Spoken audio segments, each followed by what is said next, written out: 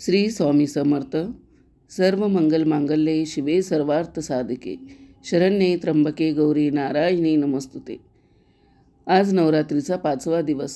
स्कंदमाता देवीची कथा. नवरात्रीच्या 5व्या दिवशी स्कंदमाता देवीची पूजा केली जाते.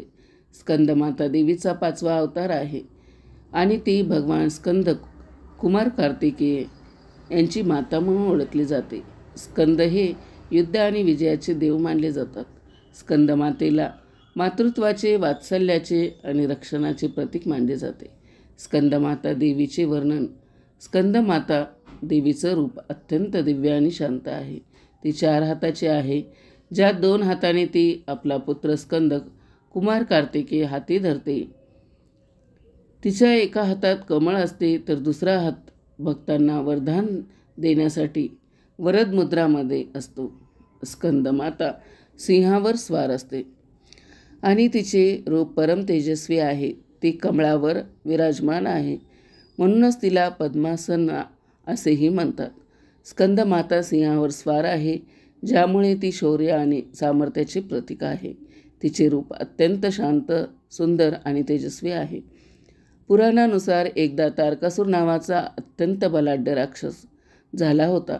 तारकासुराने कठोर तप करून ब्रह्मदेवाला प्रसन्न करून घेतले होते. अमरत्वाचे वरदान मागितले. ब्रह्मदेवाने त्याला सांगितले की अमरत्व देणे शक्य नाही, त्याऐवजी तो असे वरदान मागू शकतो जे तार्किक असेल. तारकासुराने मग असे वर मागितले की त्याला फक्त शिवपुत्रच मारू शकेल. हे वरदान मिळाल्यावर त्याने सगळ्या देवतांना त्रास देण्यास सुरुवात केली आणि संपूर्ण सृष्टीला संकटात टाकले. तारकासुराचे अत्याचार वाढल्यावर देवतांनी भगवान शिवाची मदत मागितली, परंतु भगवान शिव तपस्येत मग्न होते आणि त्यांचे विवाह करण्याचे कोणतेही विचार नव्हते.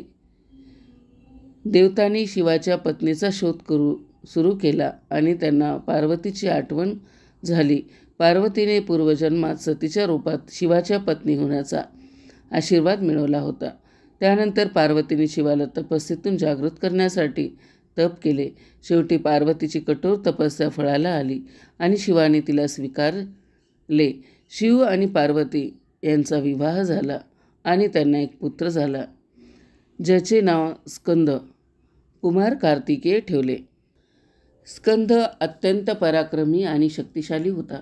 त्याने तारकासुराशी युद्ध केले आणि त्याचा वध करून सृष्टीला तारले.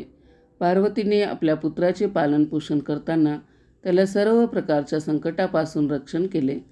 त्यामुळे तिला स्कंदमाता असे नाव मिळाले. स्कंदमाता म्हणजेच स्कंदाची माता, जी आपल्या पुत्राला विजय मिळवून देण्यासाठी सर्व काही करू शकते. स्कंदमाता देवीची उपासना केल्याने भक्तांना जीवनातील संकटावर विजय मिळवण्याची शक्ती प्राप्त होते. ती आपल्या भक्तांचे रक्षण करते आणि त्यांना धैर्य आणि संयम देते. तिच्या कृपेने भक्तांचे जीवन सुखसमृद्धीने भरलेले राहते.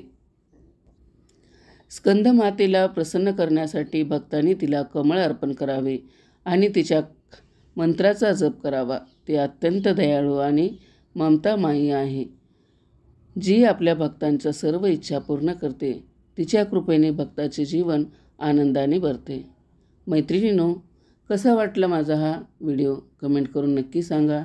चॅनलवरती जर नवीन असाल तर चॅनलला सबस्क्राईब करा. शेवटपर्यंत माझा व्हिडिओ ऐकला त्याबद्दल आपल्या सर्वांचे मनापासून आभार. श्री स्वामी समर्थ.